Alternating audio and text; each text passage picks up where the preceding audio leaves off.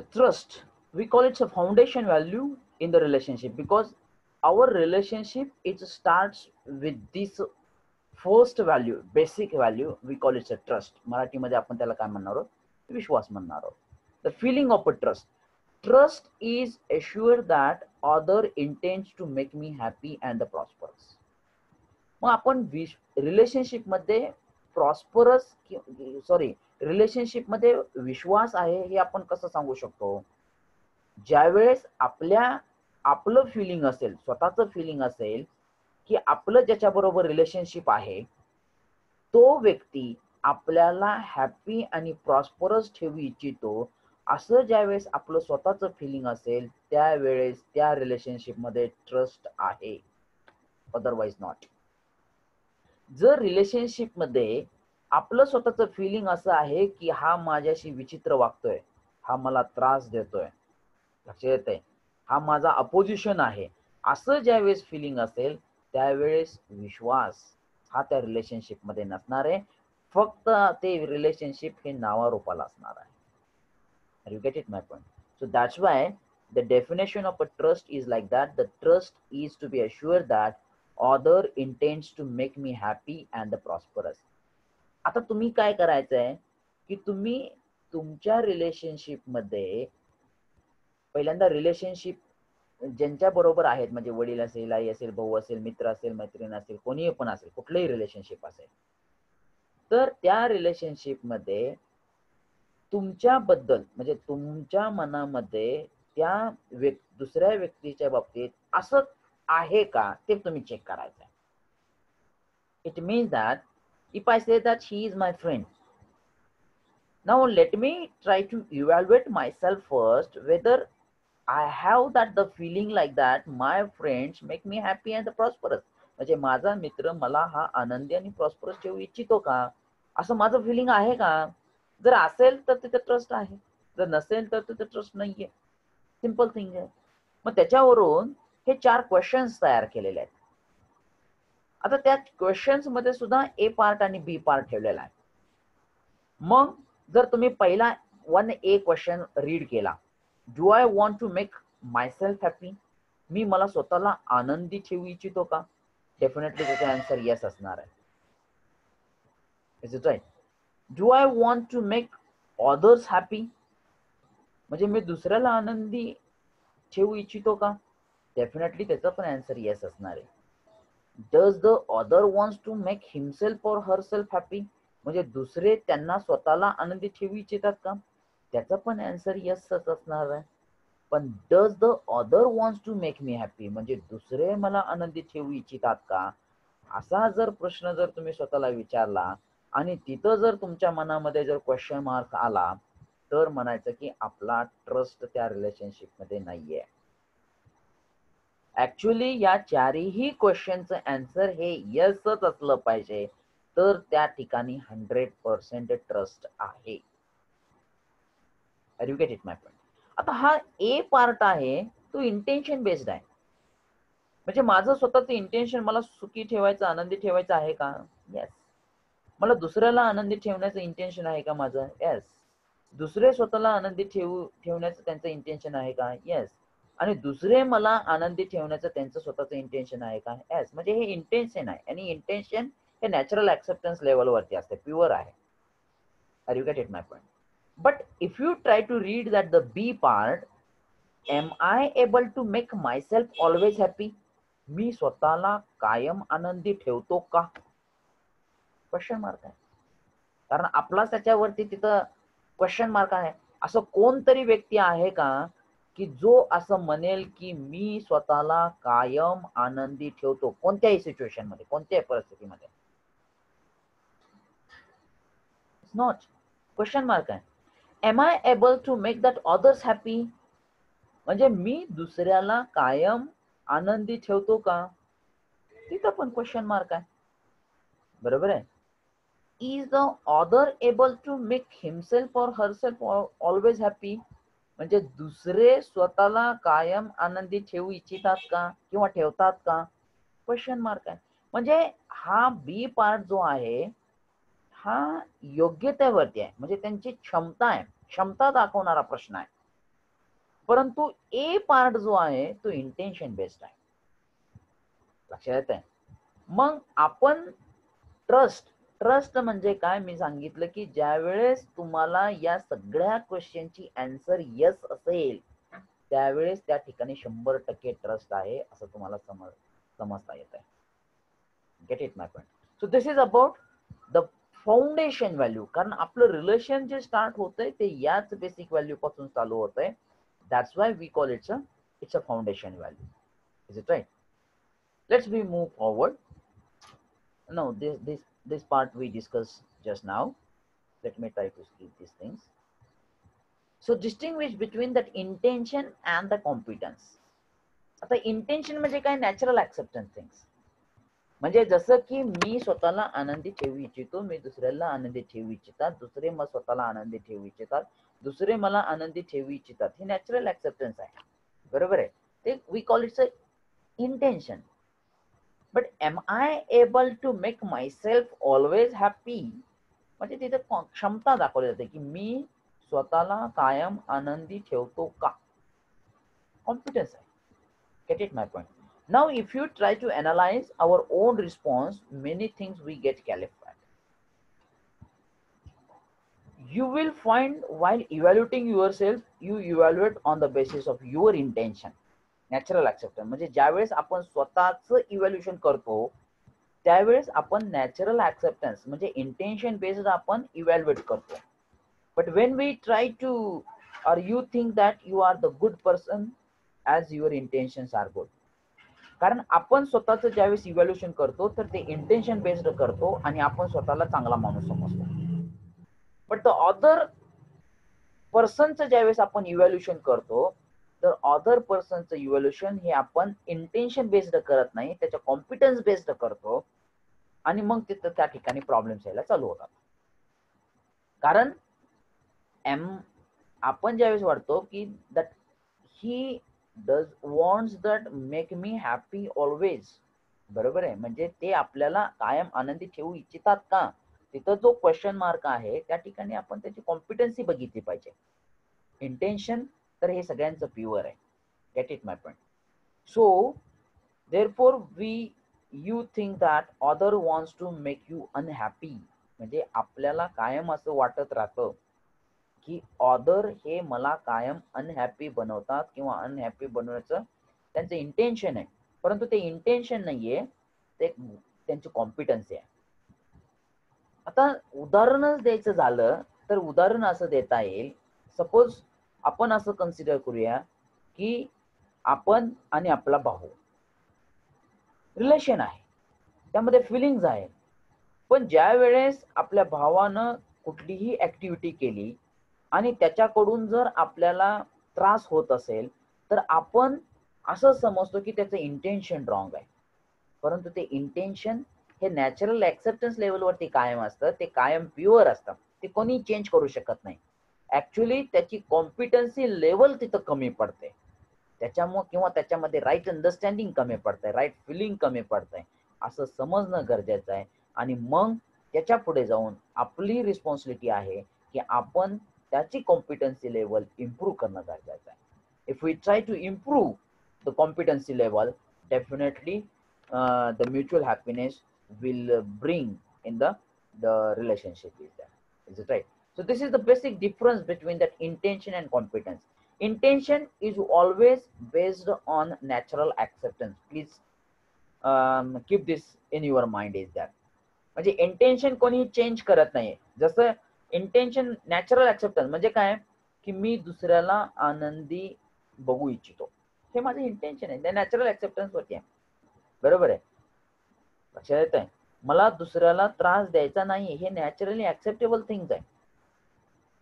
पण जर माझ्या काही गोष्टीमुळं जर दुसऱ्याला त्रास होत असेल तर तिथं माझं इंटेन्शन रॉंग असं नाहीये, तिथं माझी कॉम्पिटन्सी कमी पडते, माझी क्षमता कमी पडते, माझं अंडरस्टँडिंग कमी पडतंय, माझं राईट फिलिंग कमी पडतंय.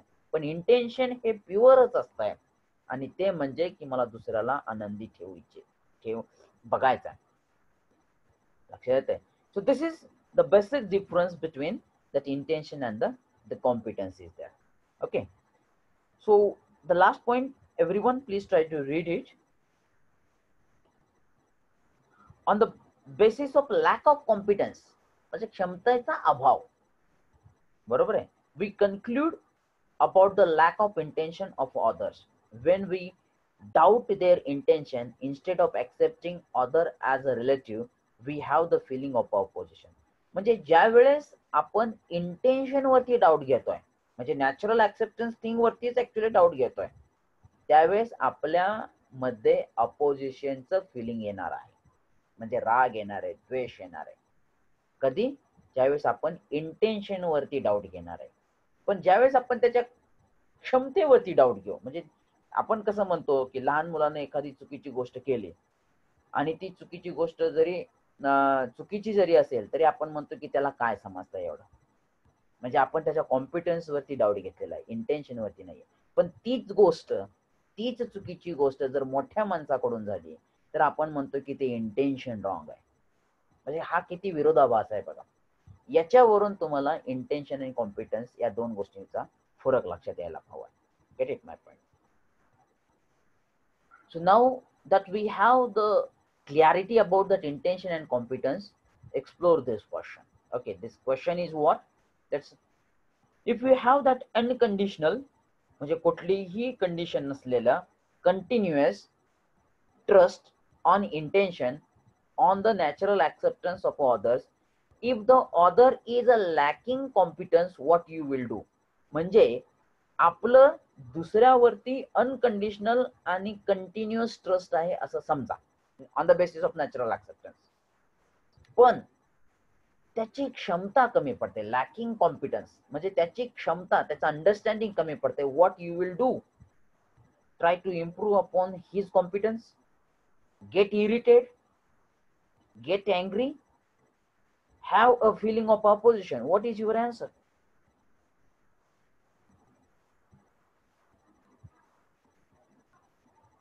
Hello? Can anybody give me that answer?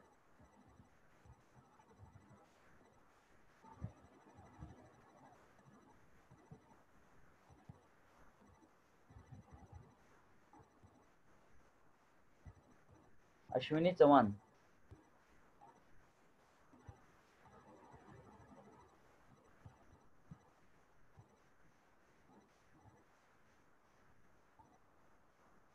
Diksha अन्नदाते.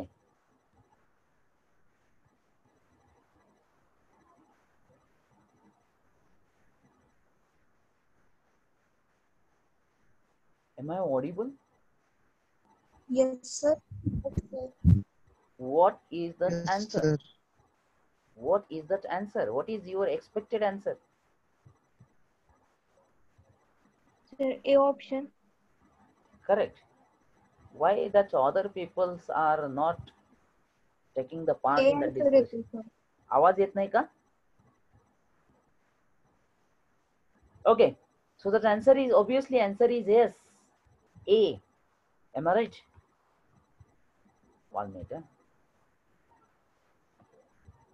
Answer is A. It is the response which indicates the trust on intention. All other answers are reactions. बरोबर आहे.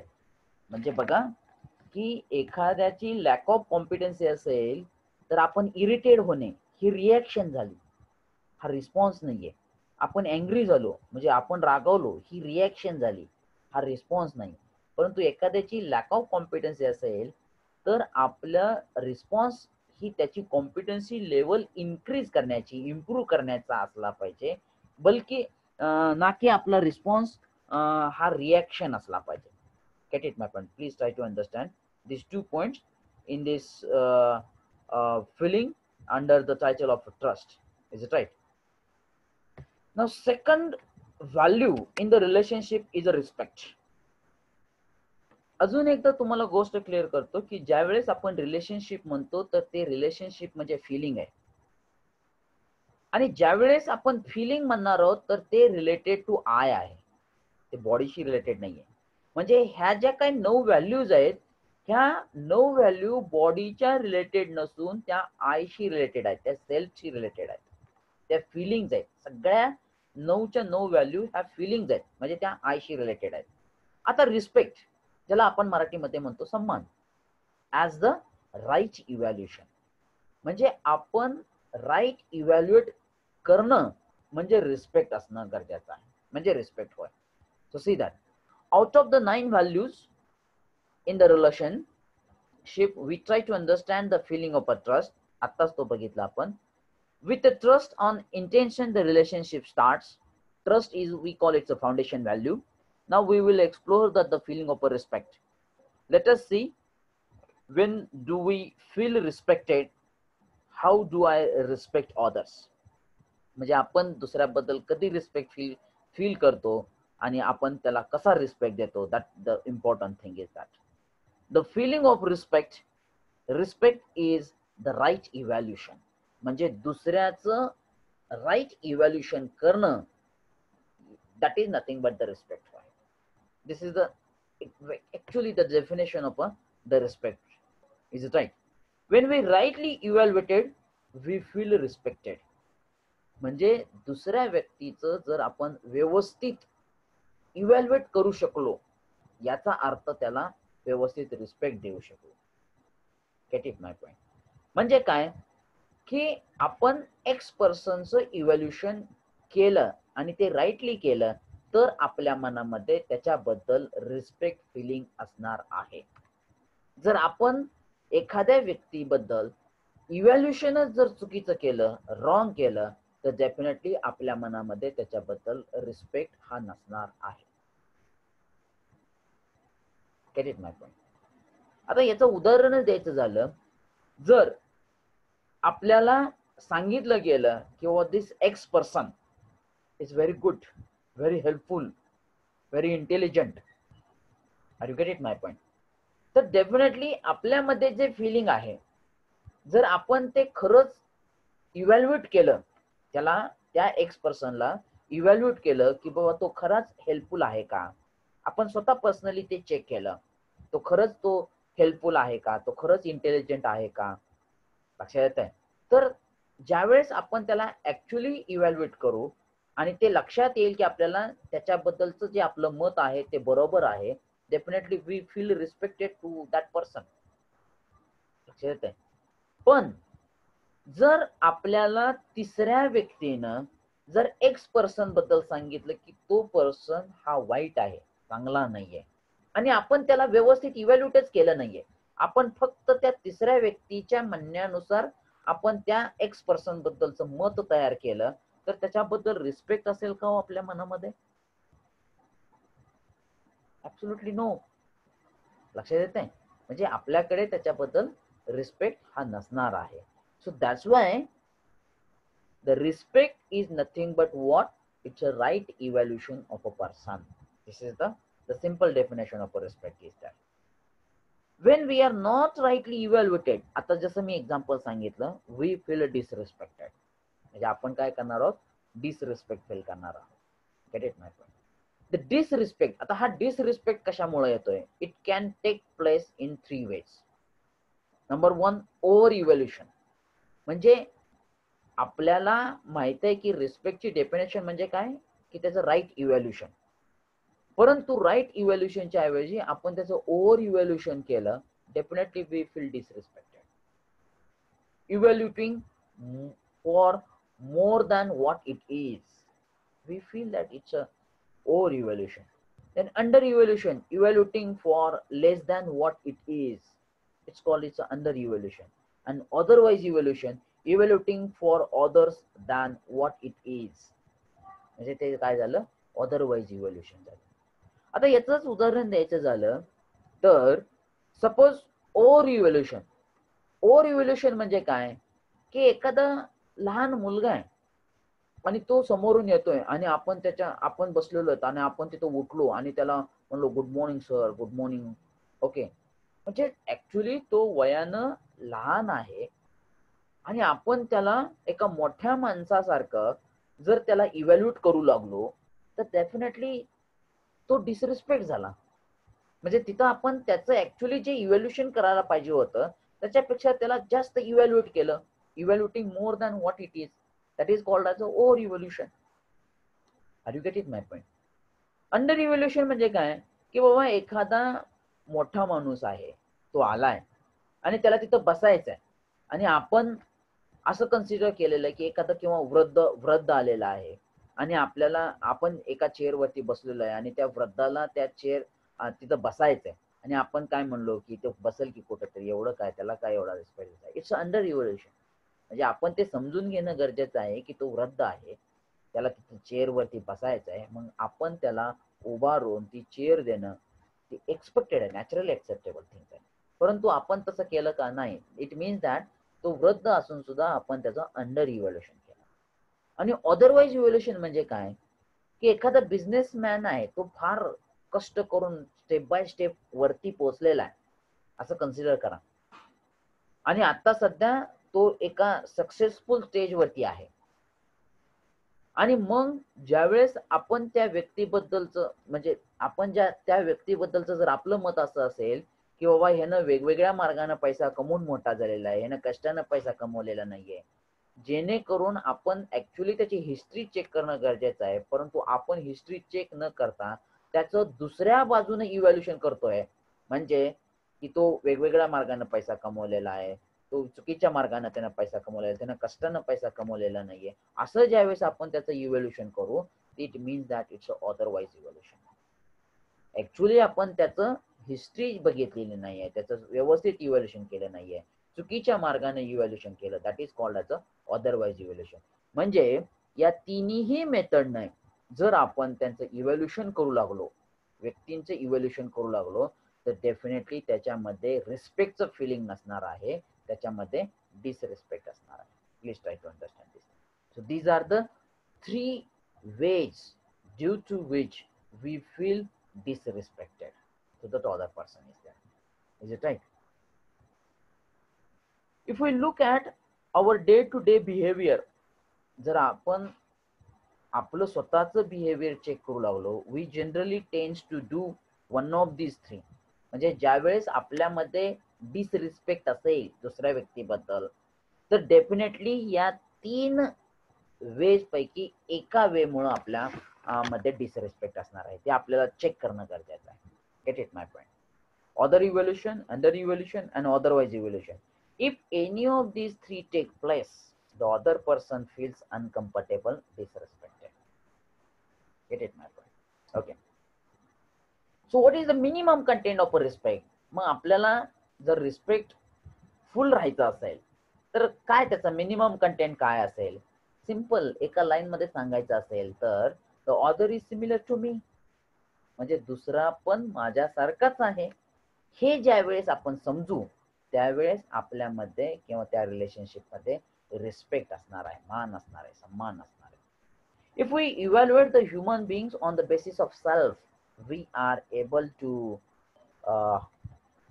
see that number 1, our program is same.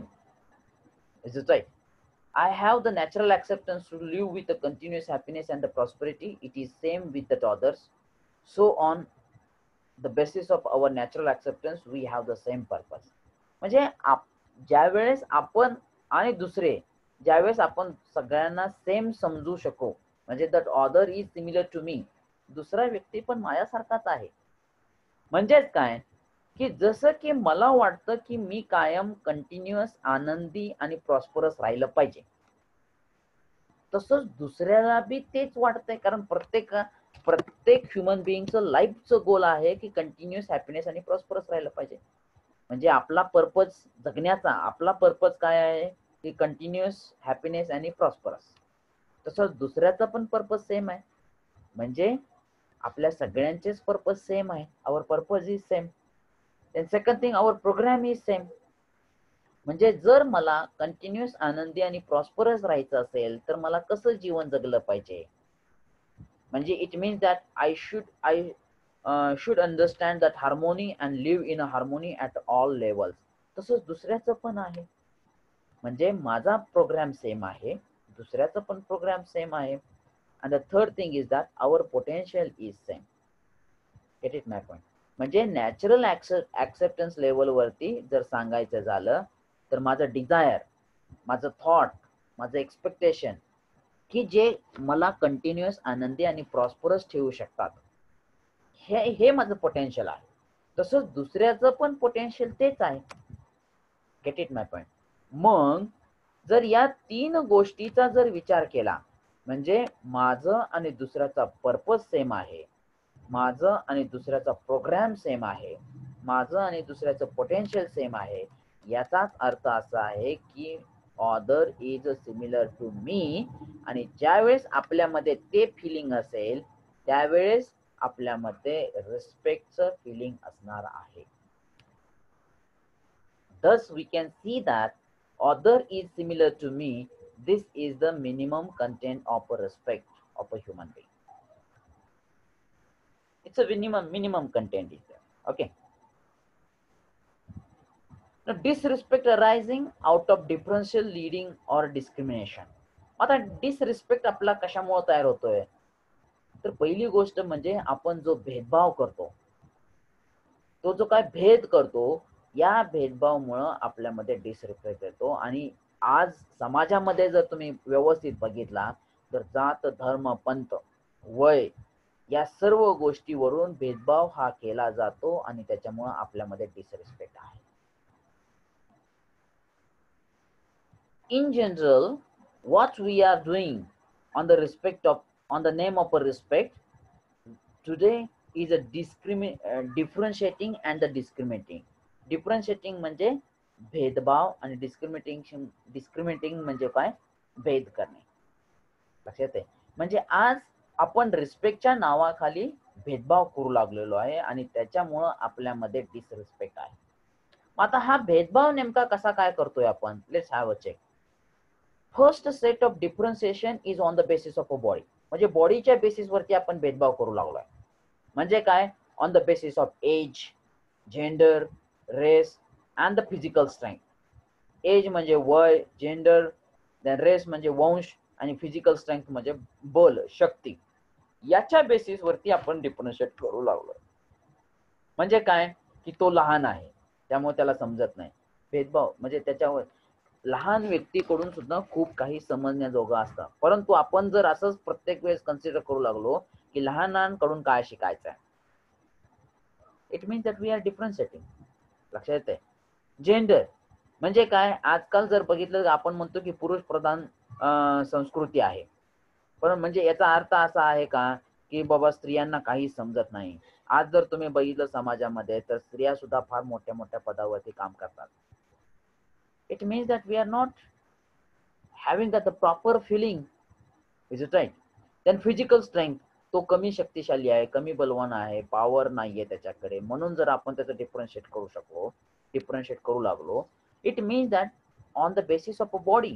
कारण हे सगळं जे काय आहे हे बॉडीच्या बेसिसवरती डिफरन्शिएशन आहे. आणि ज्या वेळेस आपण बॉडीच्या बेसिसवरती डिफरन्शिएट करणार आहोत त्यावेळेस आपल्यामध्ये disrespect हा असणार आहे. Try to understand this thing. Then the second set of differentiation is made on the basis of physical facilities. म्हणजे काय, पैसा आणि पोस्ट. ज्याच्याकडे खूप पैसा आहे त्याला फार मोठा रिस्पेक्ट आणि ज्याच्याकडे पैसा नाहीये त्याला कमी रिस्पेक्ट, असं आपण आज करू लागलेलो आहोत. परंतु ते नॅचरल ऍक्सेप्टन्स लेवलवरती ट्रू नाहीये. And that's why we feel disrespect. Are you getting my point? The gross misunderstanding here is that the physical facility is equal to happiness, and the truth is that happiness is to be in the harmony. Get it my point? On second set of differentiation is made on the basis of the physical facility. Now the third basis of differentiation is on the basis of beliefs, means on the basis of different isms. Socialism म्हणजे समाजवाद, capitalism म्हणजे भांडवलशाही. याच्यावरती सुद्धा आपण आज माणसांमध्ये differentiate करू लागलेलो आहे आणि त्याच्यामुळं आपल्यामध्ये डिसरिस्पेक्ट हा आहे. Get it my point? So because of these 3 sets, one is on the basis of body, other is on the basis of physical facility, and the third is on the basis of beliefs. We are trying to differentiate one another, and because of that we feel disrespect to one another is that. These are the total three basic points for the disrespect is there. Is it right? मग आता तुम्ही हा flow chart बघा. Differentiation म्हणजे भेद. बॉडीशी related काय करू शकतो आपण? एज, जेंडर, रेस आणि फिजिकल स्ट्रेंथ. देन फिजिकल फॅसिलिटीच्या बाबतीमध्ये आपण डिफरन्शिएट करतो वेल्थ अँड द पोस्ट. बरोबर आहे. देन आपण बिलीफ्स, मान्यताच्या बाबतीमध्ये इझम्स, वाद, सेक्स, संप्रदाय, इन्फो, सूचना याच्या बेसिसवरती आपण डिफरन्शिएट करू लागलो. And when we have the differentiation definitely we have the disrespect with one another. आणि ज्यावेळेस आपल्यामध्ये डिसरिस्पेक्ट असेल याचाच अर्थ आपल्यामध्ये एकमेकांबद्दल अपोजिशन असेल, राग असेल, द्वेष असेल. Get it, my friend? So this is the basic points related to the second point is that. Is it right? Okay. So read that the complete content of respect. We are complementary to each other. जसं मी सांगितलं की respect ची definition सांगते की the other is similar to me. बरोबर आहे. At the level of a self, only the competence could be different. Competence means how much of the potential of the self has been realized. Is it right? One self may have realized more of its potential while other may have realized less of its potential. This difference in competence is to be complementary to each other. The complete content of respect is able to see that that other is similar to me and we are complementary to each other. म्हणजे जर एक वाक्यामध्ये जर respect जर तुम्हाला सांगायचा असेल तर तो असा सांगता येईल की the other is similar to me and we are complementary to each other. Simple thing is that. Okay, let's I try to skip this point. Other naturally acceptable feelings in the relationship. म्हणजे आतापर्यंत आपण दोन relationship बघितल्या. एक म्हणजे trust, we call it's a foundation value. And the second means what? It's a respect. We call it a right evaluation. Now there are total 9 values are there. Out of that only 2 values are over. Now total 7 values are remain, and that first or in the other values, the third value is nothing but affection, mamta. What is mean by that affection? That affection is the feeling of being related to others. म्हणजे ज्या वेळेस आपण दुसऱ्याला आपलं मानू, that feeling is called as a affection. Get it my point? म्हणजे आपण एखाद्या व्यक्तीला आपला मित्र मानणे, that feeling, आपण त्याला मित्र आहे, तो माझा मित्र आहे, हे फिलिंग असणं म्हणजे दुसऱ्याला आपण स्वतःशी रिलेट करतोय असं ज्यावेळेस असेल तर त्या फिलिंगला आपण अफेक्शन म्हणणार आहोत, ममता. Are you get it my point? मग हे अफेक्शन आपल्या फॅमिली मेंबर बरोबर पण आहे. म्हणजे आई मुलाला आपलं मानते, वडील मुलाला आपलं मानतात, मुलगा आईला आपलं मानतो, मुलगा वडिलांना आपलं मानतात. Get it my point? We call it affection. म्हणजे दुसऱ्या अदर ह्युमन बिईंग्सला when we try to relate to us, म्हणजे ज्यावेळेस affection is the feeling being related to that others, म्हणजे दुसऱ्याला आपलं मानणे हे फिलिंग असणं म्हणजे आपण काय म्हणतो त्याला, it's affection. Okay. The affection is the feeling of acceptance. Affection काय आहे? हे एक फिलिंग आहे of acceptance for others as a one's relative. Lack of affection is a seems in the form of opposition, jealousy etcetera. म्हणजे जर आपल्यामध्ये opposition असेल, आपल्या मनामध्ये आपलं फिलिंग अपोजिशन असेल किंवा जेलसी असेल तर त्या ठिकाणी अफेक्शन येत नाही. लक्षात येते? म्हणजे एखाद्या व्यक्तीबद्दल आपल्या मनामध्ये अपोजिशन असेल, राग असेल, द्वेष असेल, जेलसी असेल तर आपण त्याला आपलं मानत नाही, आपण त्याला ऍक्सेप्ट करत नाही, स्वतःच आहे असं ऍक्सेप्ट करत नाही. It means that there is no affection. The feeling of a trust and the respects are essential to have the feeling of affection. म्हणजे जे काही ट्रस्ट म्हणजे विश्वास आणि रिस्पेक्ट हे ज्यावेळेस फिलिंग असेल त्यावेळेसच अफेक्शन असू शकतं. When we have the feeling of a trust we feel related to others, otherwise we may feel opposite to other is there. Get it my point? So this is nothing but the affection is there. So I think today we have to stop here. Now let me take the attendance first. Okay.